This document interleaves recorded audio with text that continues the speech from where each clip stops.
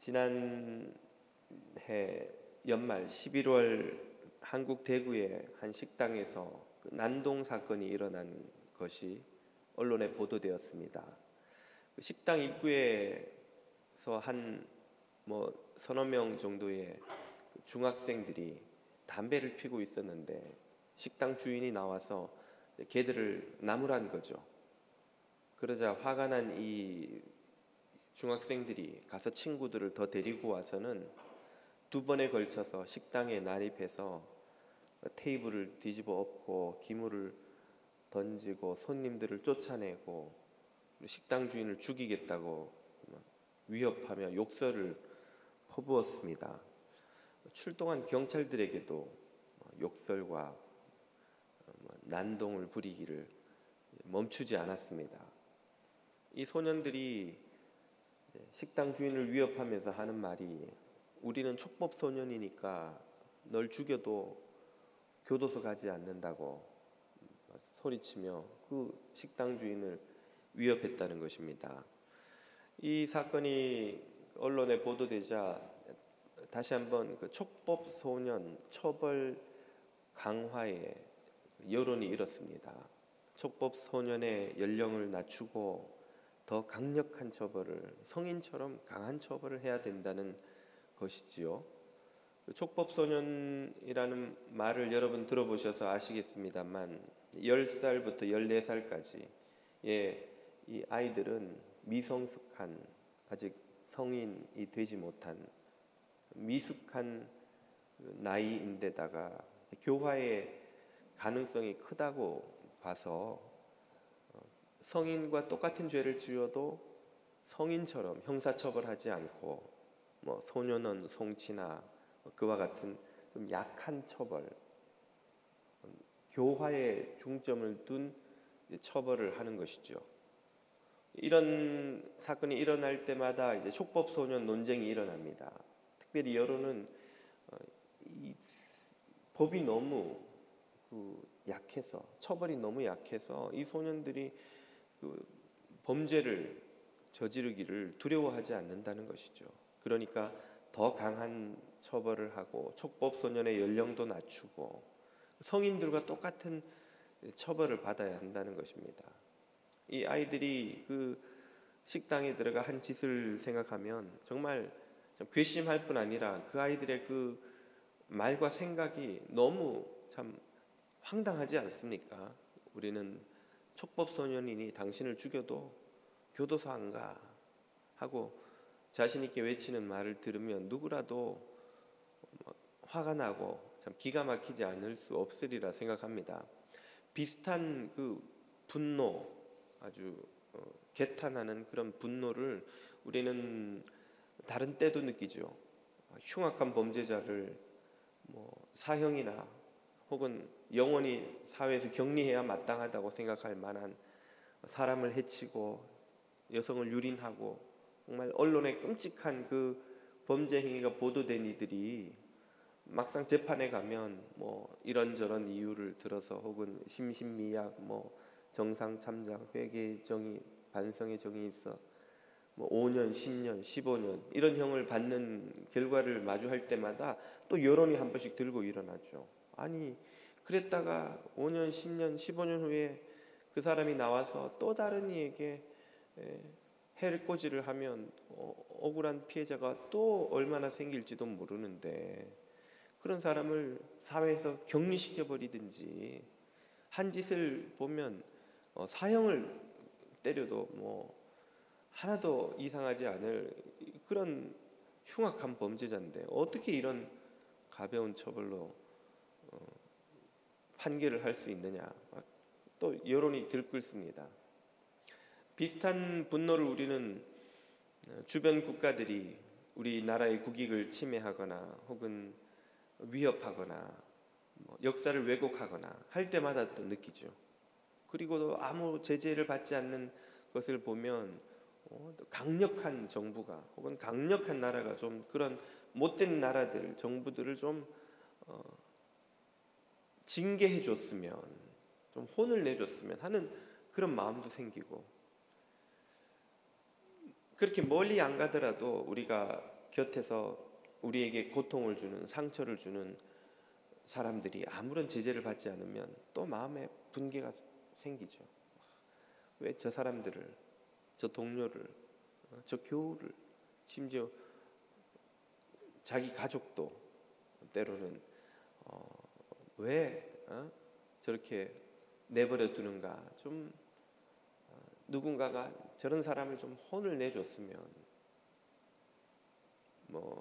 우리 조상들은 그럴 때 도깨비는 뭐하나 이런 인간 안 잡아가고, 귀신인가요? 귀신은 뭐하나 이런 인간 안 잡아가고, 그런 말로 그 답답함을 막 토로하곤 하죠.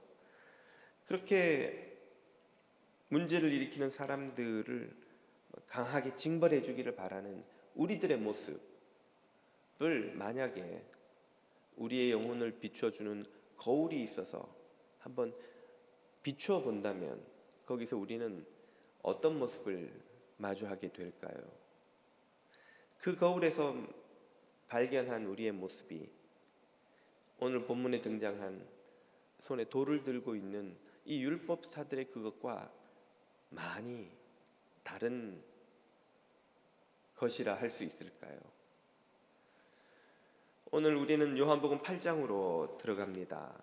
초막절에 예수님은 예루살렘에 올라가셔서 밤에는 베다니에 가 쉬시고 낮에는 성전에서 백성들을 가르치셨죠.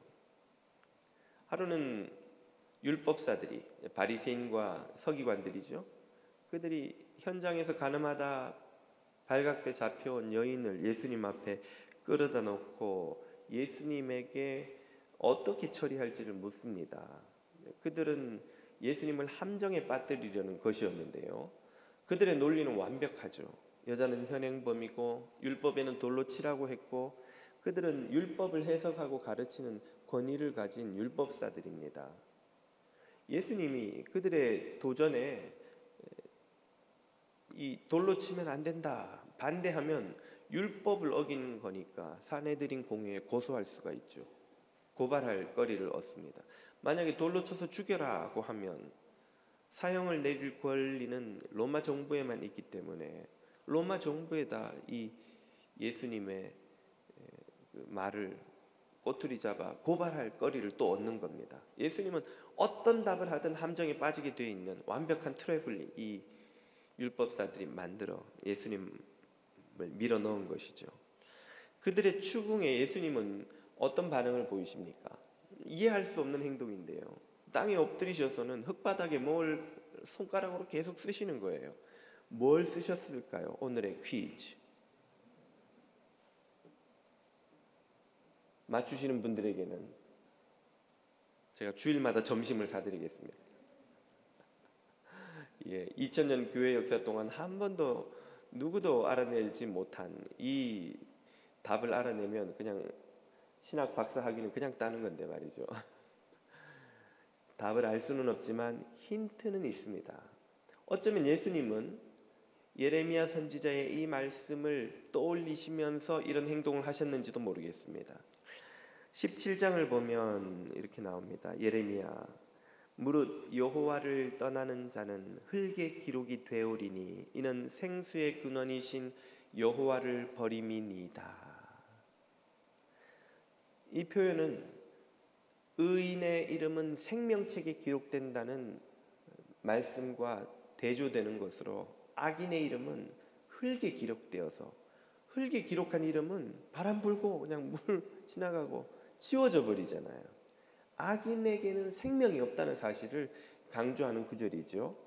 어쩌면 예수님은 이 구절을 떠올리시면서 흙에다 이 율법사들의 죄를 기록하고 계신 것이 아닐까 짐작해 볼 수 있습니다. 만약에 그러셨다면 기록한 율법사들의 죄란 무엇일까요? 첫째는 살인입니다. 그들은 예수님을 함정에 빠뜨려 해치려고 하였죠. 아론을 비롯해 사가랴 선지자의 피까지 그들의 조상들이 저질러온 의인들을 살해한 그 죄를 율법사들은 반복해 지금 저지르려고 하고 있죠. 두 번째는 폭력입니다. 신명기 22장을 보면 간음하다 잡힌 남자와 여자를 모두 처벌하게 되어 있는데 이상하게도 이 장면에서 누구만 끌려왔습니까? 여자만. 남자는 어디 있나요? 힘없는 여자만 지금 끌려와 돌에 맞아 죽게 되었습니다. 정의를 약자에게만 요구하는 것은 폭력의 다름 아니지요.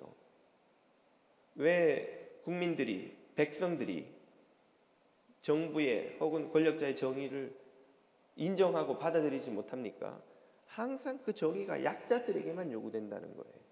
강자들은 예외로 그 법의 정의의 요구를 면제받지요. 지금도 빵 하나 훔치고도 몇 년씩 이런저런 이유로 뒤집어 쓰고 사는 현대판 장발장이 수두룩 한마당에 권력자들과 부자들은 수백억, 수천억씩 빼돌리고도 휠체어 타고 들어가서 집행유예 3년, 집행유예 3년, 집행유예 3년만 반복해서 받아 나오는 그런 일들이 반복되는 걸 보면 국민들이 정의를 믿지 않는 거예요. 그 사회에 정의가 있다고 인정하지 않는 것이죠. 약자들에게만 강요되는 정의는 폭력입니다. 지금 이들이 이 사회의 약자인 여자만 끌고 와서 돌로 쳐 죽이겠다고 나서는 것이 바로 그 폭력이죠. 셋째는 위선입니다. 예수님께서 너희 중에 죄 없는 자가 먼저 돌로 치라고 하시자 사람들이 하나 둘 자리를 떠나서 부끄러움을 느끼며 떠나갔는데 누구부터 갑니까? 어른으로부터 젊은이에 이르기까지. 뭘 보여주나요? 우리의 삶의 길이가 길어지면 질수록 더 죄를 쌓고 살아가는 자아숭배의 삶을 모두가 살고 있었다는 사실을 이 장면이 보여주지 않습니까? 그런데도 마치 자신들은 죄가 없는 의인인 양, 무죄한 사람인 양, 그 죄인에게 돌을 던질 자격을 가진 존재인 양 나섰던 것이 바로 위선의 죄지요. 촉법소년을 더 강하게 처벌해야 한다는 여론이 일때마다 논쟁이 뜨겁게 일어나는데 그 반대하는 주장도 만만치 않습니다. 왜 처벌을 강하게 해서 이런 못된 짓을 하지 않도록 막지 않느냐고 할 때 그들이 뭐라고 답을 할까요? 사실상 처벌 강화가 그들의 비행을 억제한다는 근거가 없을 뿐더러 그보다 더 중요한 문제는 그 아이들을 패배자로 만들어 거리로 몰아낸 어른들이 만든 입시 제도와 가정의 붕괴와 빈부의 격차와 이 기성세대의 모든 죄는 다 침묵한 채 마치 모든 문제가 그 아이들에게서 나온 양,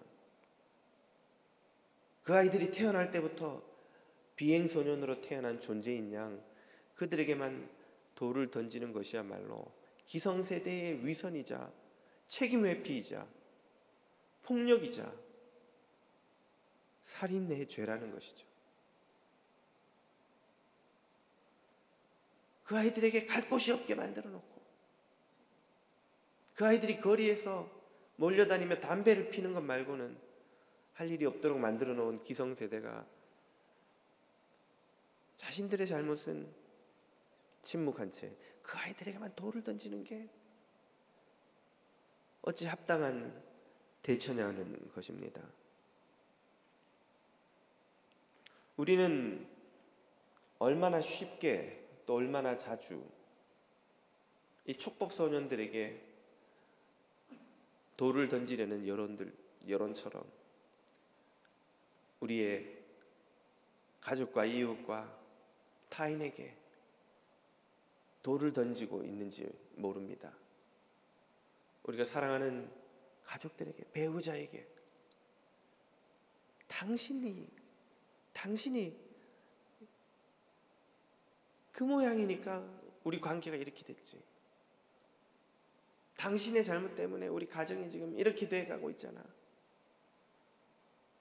당신만 똑바로 했으면 이렇게 안 됐을 텐데. 당신이 모든 문제의 근원이야.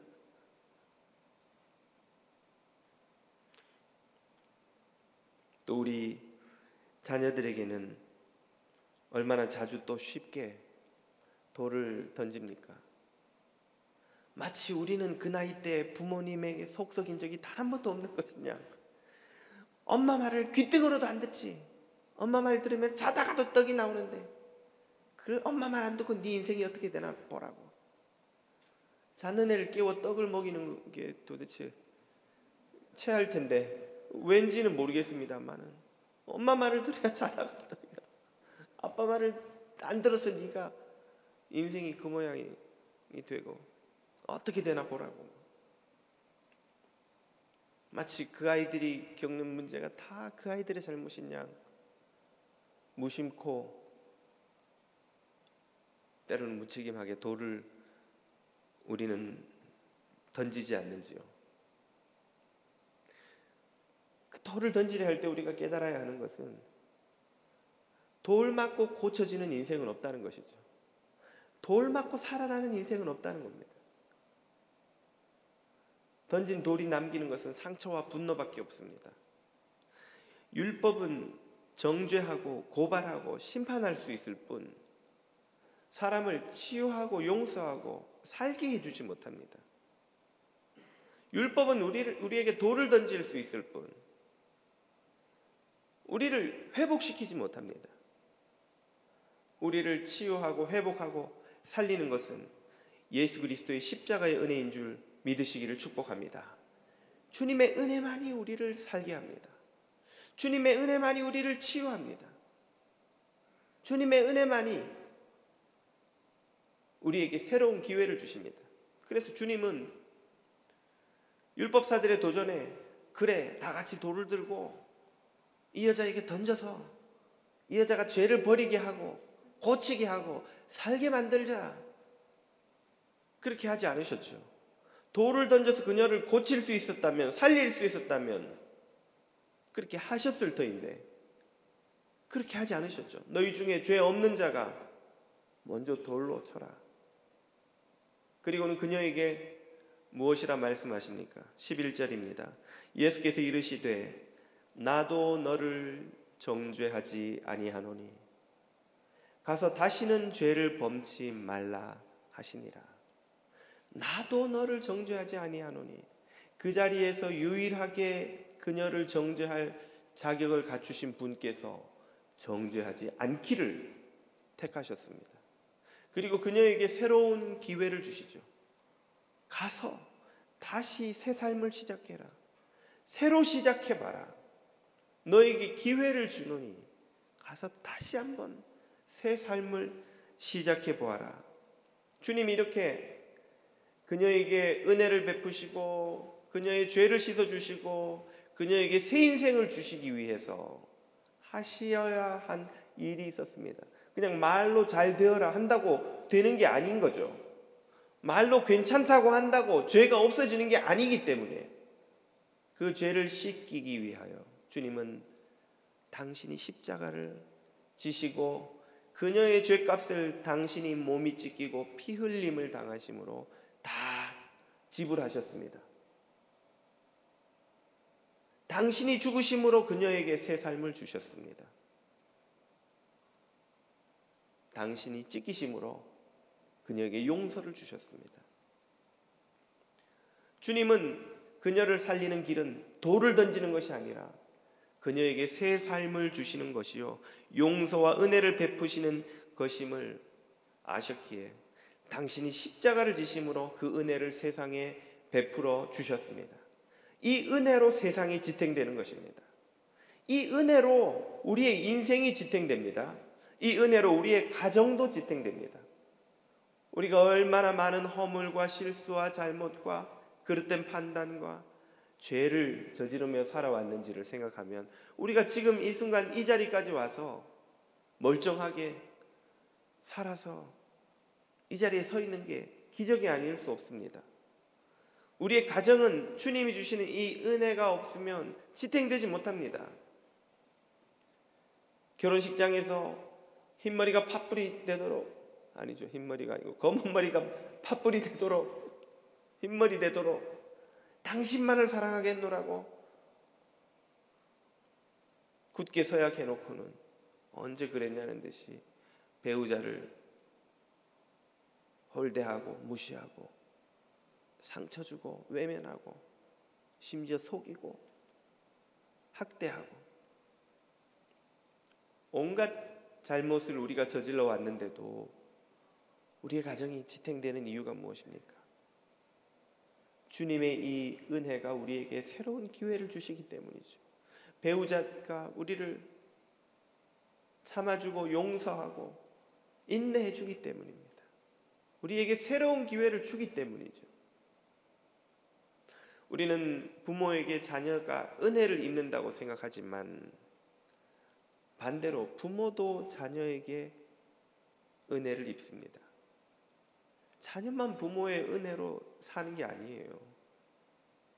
부모도 자녀의 은혜가 없으면 부모로서 살아가기 힘듭니다. 아마 부모 라이센스를 따는 과정에 있으면 저는 페일했을 것 같아요. 첫째 아이를 키우면서 저질렀던 실수와 어리석음을 둘째, 셋째에는 반복하지 않으리라고 작정을 했는데 그 아이들이 벌써 초등학교를 졸업할 때가 돼서 보니까 첫째에게 한 잘못을 둘째에게도 하고 셋째에게도 하고 그 아이들의 마음속에 상처와 아픔을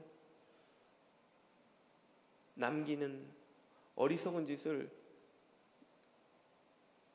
또 한 것을 깨닫습니다. 이제는 더 새로운 기회가 없을 것 같은데 그런데도 제가 아이들에게 아빠로 남아있는 것은 그 아이들이 저를 참아주고 용서해주고 용납해주기 때문이 아닙니까? 부모도 자녀들에게 은혜를 입어요.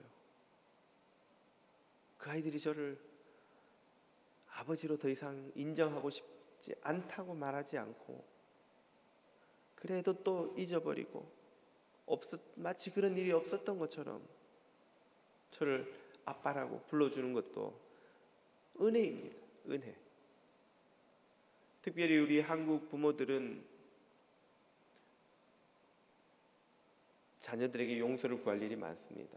우리는 알게 모르게 자녀들에게 상처를 주고 우리의 말로, 표정으로, 정서적으로 아이들을 학대하는 잘못을 많이 범합니다. 왜 자녀를 사랑하는 부모들이 그렇게 합니까? 안타깝지만 우리도 그런 환경에서 자랐기 때문이죠.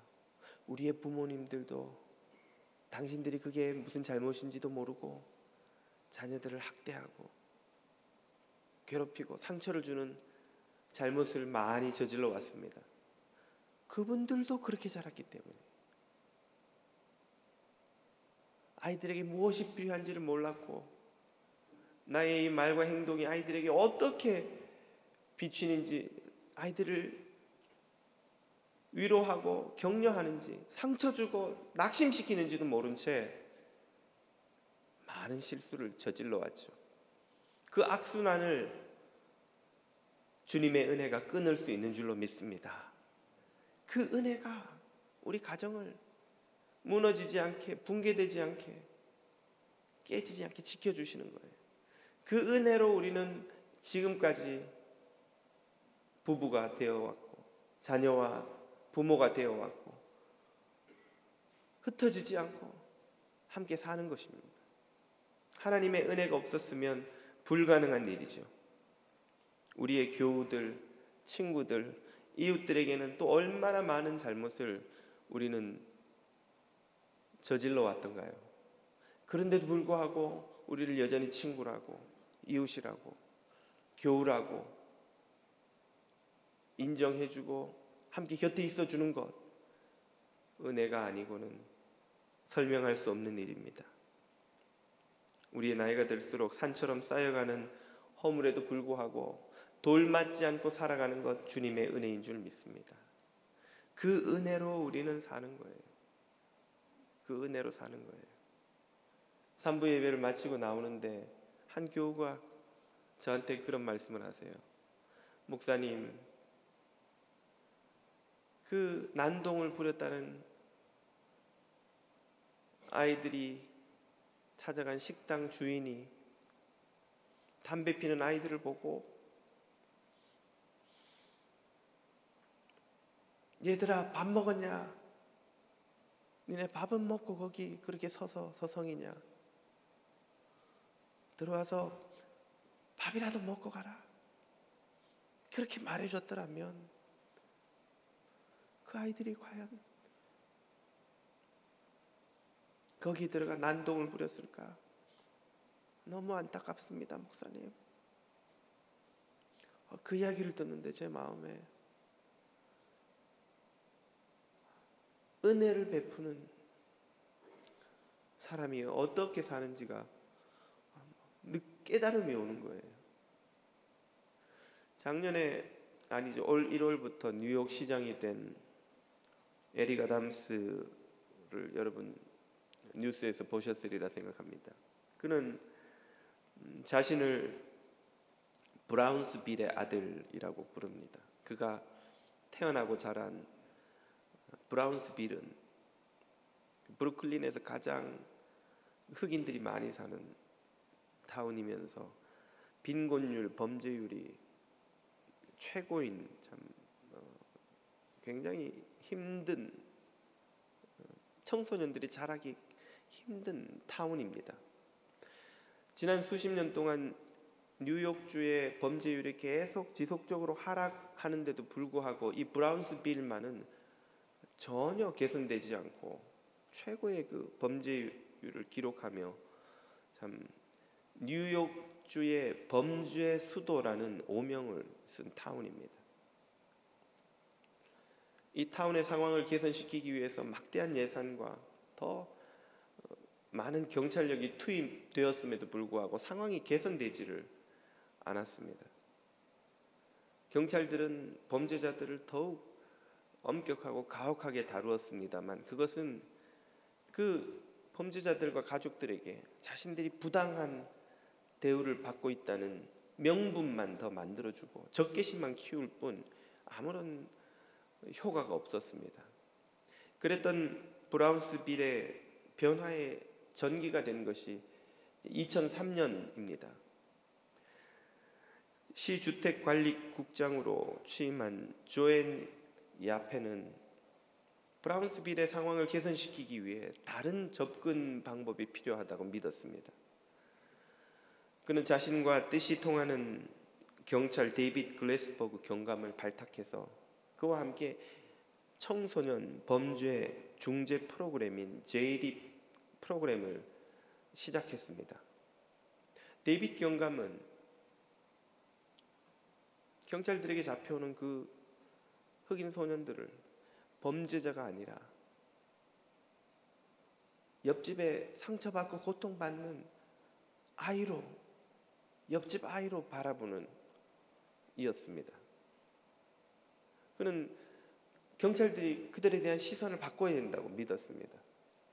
제이리 프로그램을 통해서 그 브라운스빌의 청소년 범죄자 리스트를 만들고는 그들을 주도 면밀하게 관찰하기 시작했는데 그것은 그들의 범죄를 감시하기 위한 것이 아니라 상처받고 고통받는 아이들과 그 가족들의 마음의 상처와 분노를 달래기 위한 것이었습니다. 제이리 프로그램의 경찰들은 초과 근무수당을 모아서 터키를 사들고 추수감사절에 그 리스트에 있는 감옥에 갔다 온 적이 있는 소년들의 집을 방문했습니다. 처음에 그 가족들은 경찰을 보고 눈에 쌍심지를 켜고 욕을 하고 면전에서 문을 닫아버리고 쫓아내기 일쑤였습니다만 그런데도 계속 터키를 사들고 매년 찾아갔습니다. 성탄절에는 장난감 선물을 준비해서 성탄절이라고 장난감을 선물로 받아본 적이 없었던 그 아이들에게 찾아가 전달하였습니다. 농구 교실을 열어 아이들을 초대해 농구 시합을 열고 농구를 가르치고, 방학이면 아이들에게 아르바이트를 찾아주어서 자신이 직접 일해서 돈을 버는 경험을 하게 해주고, 보험이 없는 대부분의 아이들과 그 가족들에게 무료 건강검진 프로그램을 연결해서 진료를 받게 하고, 그 중에서도 특히 힘든 가족은 경찰들이 성탄절 만찬에 초대하여서 자기 집에서 식사를 함께 했습니다. 그 아이를 잡아 경찰 감옥에 넣었던 경찰과 그 가족과 잡혀 들어갔던 아이와 그 가족이 함께 앉아서 성탄절 만찬을 하는 것이었습니다. 경찰들이 그 아이들을 안아주고, 믿든지 말든지 우리는 너를 염려한다, 우리는 너를 아낀다. 아이들이 비아냥대고 농담으로 여기고 못 믿겠다고 해도 우리는 너를 아낀다, 그렇게 말해주고 안아주었습니다. 그렇게 제1이 프로그램이 본격화되자 시간이 지날수록 경찰들을 바라보는 그 소년들과 가족들의 시선이 바뀌었습니다. 의심의 눈초리로, 경계의 눈초리로, 적개심으로 바라보던 그 눈초리가 점점 따뜻해지고, 그들의 마음속에 쌓인 저 북극의 얼음장 같은 분노와 서러움과 원한이 녹아내리는 것을 그들이 볼 수 있었습니다. 그리고는 마침내 막대한 예산과 강력한 경찰력이 해내지 못했던, 이루지 못한 성과를 제1이 프로그램이 만들어내기 시작했습니다. 프로그램 1년 후부터 리스트에 있는 소년범들의 검거율이 크게 떨어지기 시작하더니 3년 만에 10분의 1 이하로 떨어졌습니다. 소년범뿐 아니라 브라운스빌 전체의 강도 사건 발생률도 프로그램이 본격화된 2006년 이후 가파르게 떨어졌습니다. 이 과정을 말콤 글래드웰이 그의 책 다윗과 골리앗에 자세히 소개하고 있습니다. 그는 처벌 강도와 범죄율의 상관관계를 연구해보고는 범죄의 처벌 강도가 강해질수록 범죄율이 어느 선까지는 떨어지다가 어느 선이 넘어서면 오히려 범죄율이 더 높아진다는 역설적인 관계를 찾아내었습니다. 왜 처벌의 강도가 더 강해지는데 범죄율이 더 늘어나는가? 예상치 못했던 여러 가지 문제들이, 부작용이 일어나면서 오히려 역효과를 낸다는 거예요. 처벌이 강해지면 강해질수록. 그래서 떨어지던 범죄율이 어느 순간부터 다시 올라간다는 겁니다. 그래서 이 한계선을 넘어서는 순간부터는 경찰이 아니라 교사와 사회복지사가 그 공동체에는 필요하다고 이 말콤 글래드웰은 주장합니다. 왜 어떤 부작용이 일어나는지 몇 년 전에 제가 또 그에 관해 한번 말씀드린 기억이 납니다. 이 사례가 우리에게 가르쳐주는 진리는 무엇입니까? 사람이든 공동체든 살리는 것은 율법이 아니라 은혜라는 진리죠. 율법은 사람을 살리지 못합니다. 율법은 공동체를 살리지 못합니다. 돌을 던지는 것은 쉽지만 그것은 사람을 살리는 일이 결코 일어나지 않습니다. 돌에 맞아 더욱 상처받고 더욱 찢어지고 더욱 고통받고 죽는 일만 일어날 뿐이지요. 주님이 하셨듯 은혜로만 사람을 치유하고 용서하고 새 기회를 주고 다시 살릴 수 있습니다. 우리의 삶도, 우리의 가정도, 우리의 일터도, 우리가 살아가는 이 사회도 마찬가지지요. 은혜로만 치유됩니다. 손에 돌이 아닌 은혜를 든 이들에 의해서만 치유됩니다. 오늘 저와 여러분의 손에 들린 것은 무엇입니까? 돌입니까? 십자가의 은혜입니까? 저와 여러분이 손에 모든 돌을 내려놓고 십자가의 은혜를 붙들고 우리 주님의 은혜로 이 세상을 치유하고 회복하고 살리는 주님의 백성들이 다 되시기를 주님 이름으로 축복합니다.